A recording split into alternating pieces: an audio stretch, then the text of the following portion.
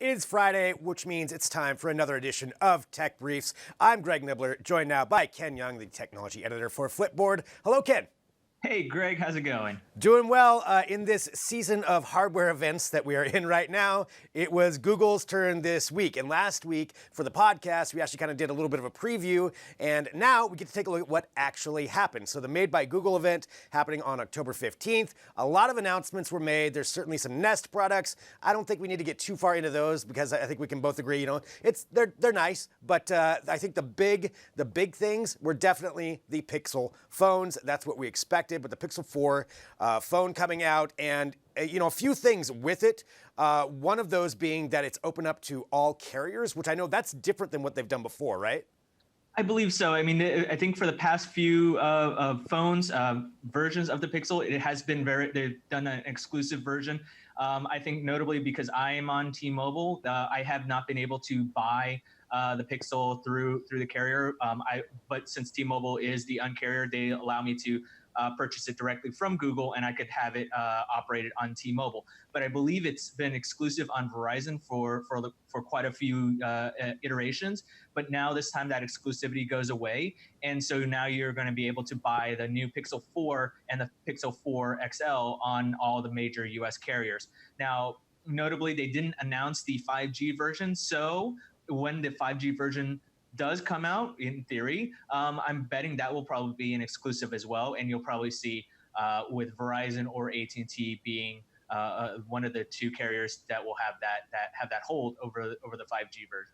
Which, to give credit, I believe on our last podcast, you said you didn't think they were going to come out with a 5G phone.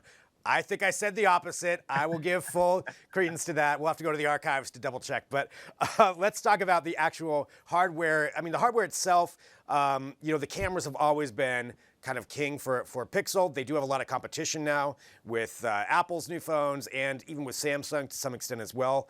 Everybody's got good cameras, but it's that software that's making that differentiation. And we saw some pretty cool things with the software.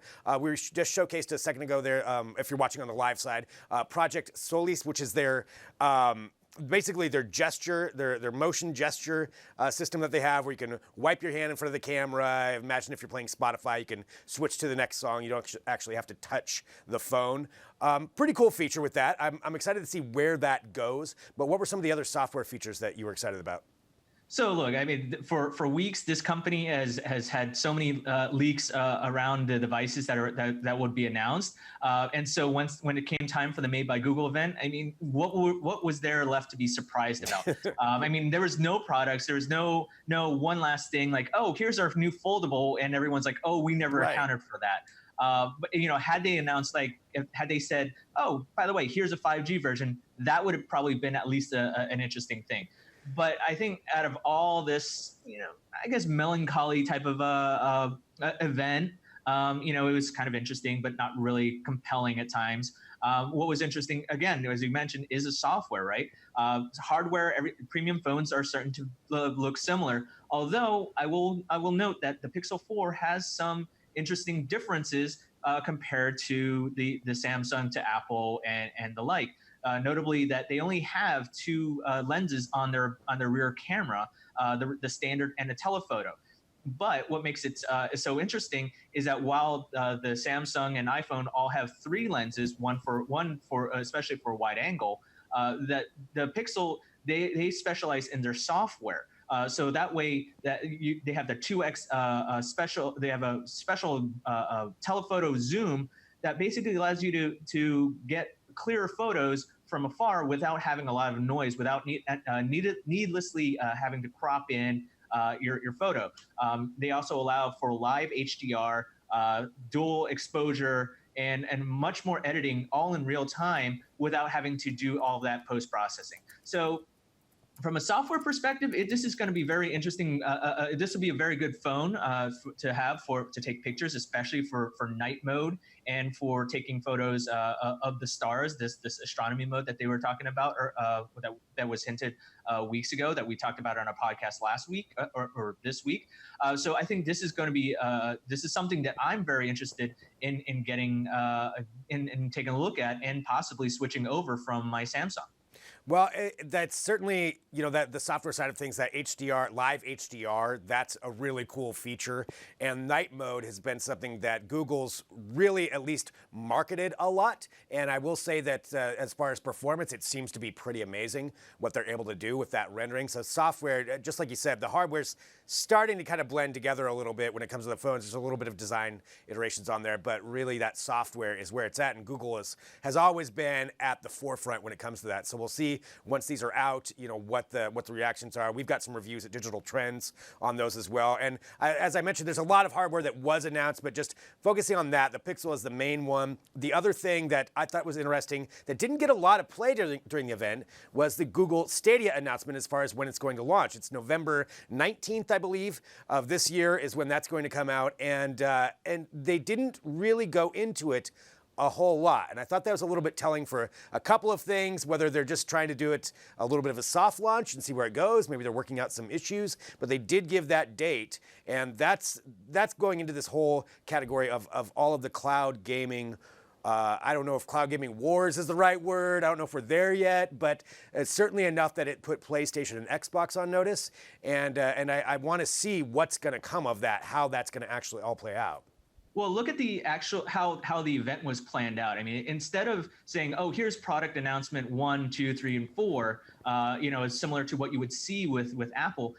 Google actually focused more on a different theme. Talking about sustainability, design, and all these type of things, and then kind of lumping in. Oh, as we talk about sustainability, this is what we did. As we start to think about the way people want to use Google products, we want Google to be everywhere that people are, or without kind of being a part of it. Very similar to this philosophy that Microsoft has with their Surface devices. As they're talking about this philosophy, they're kind of saying, oh, well, as we talk about this, here's what we're doing with Stadia, and they've already talked about all the different games that'll be available. They've talked about the pricing and everything like that. So now it's about time to say when it's going to be available. And November 19th is the day. It's about 2 months after Apple announced Arcade, Apple Arcade launch. So everybody wants to get a handle of it. Go ahead.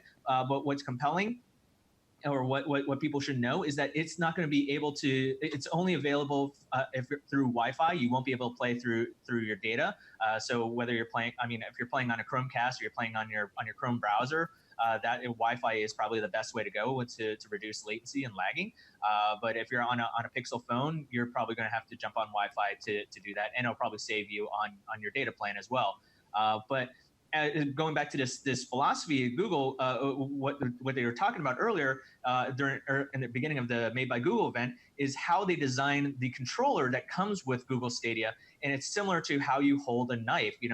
So you can hold it in many different ways instead of just kind of forcing people to adhere to what the company wanted. So all of that tied together, and yeah, it was very light. It was very much like a drive-by announcement about what Stadia is, going on. But that was the missing piece for, I believe, people, for gamers or enthusiasts who wanted to take advantage of what Stadia has to offer.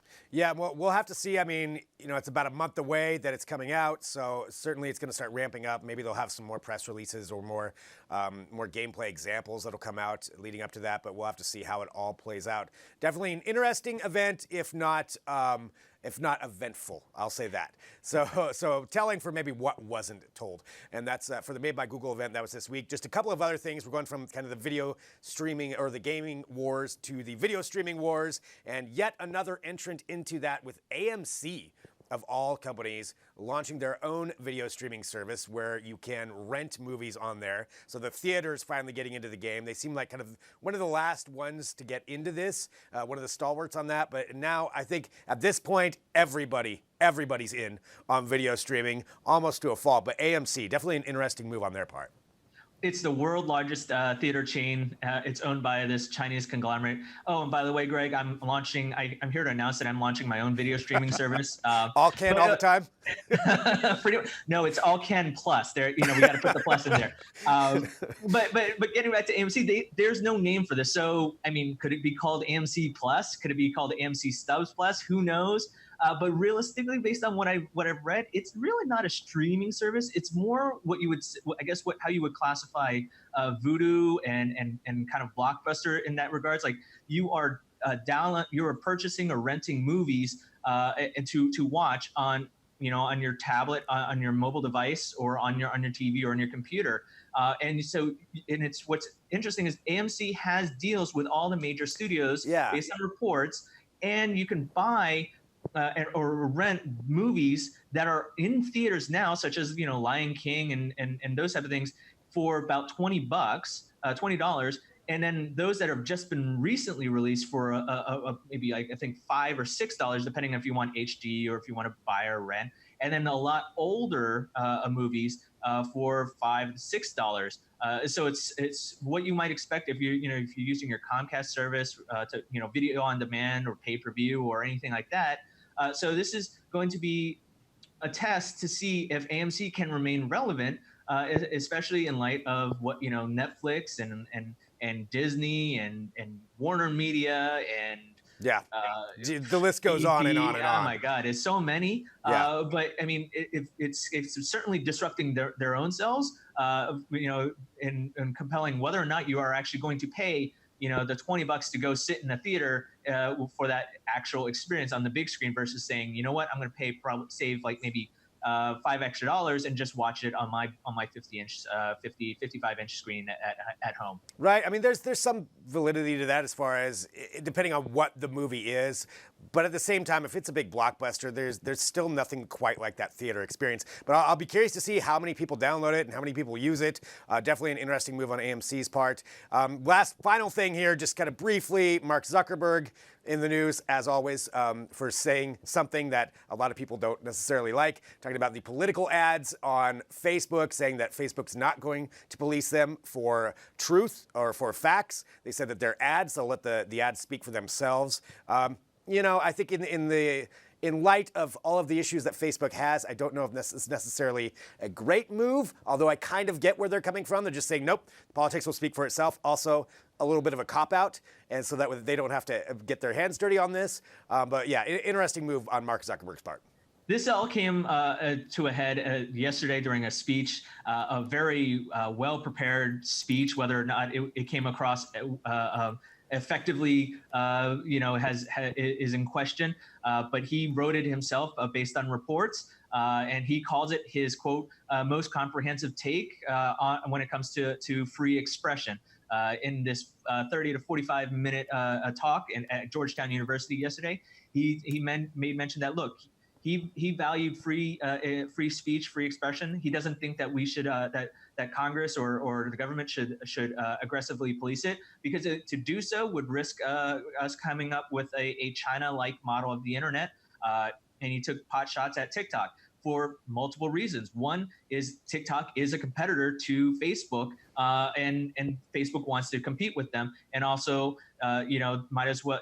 He referenced that TikTok also censors content over there. So why, that's kind of equivalent of why we don't want to have that type of regulated stuff. But it's an interesting weekend interesting week for Zuckerberg, especially as next week he's set to testify on Capitol Hill before a House committee when it comes to talking about his Libra cryptocurrency, his blockchain project, especially as multiple partners such as eBay, PayPal, Stripe, Visa, MasterCard have all left the association. So, who knows what Mark Zuckerberg's going to do, and whether or not people are going to believe him. Certainly, Senator Elizabeth Warren from Massachusetts has hit back, saying, "Look, you totally don't get it." And what people are of note, if you read his speech or Zuckerberg's speech, he actually revises the origin story of Facebook, saying like he built Facebook as to be a voice of the people.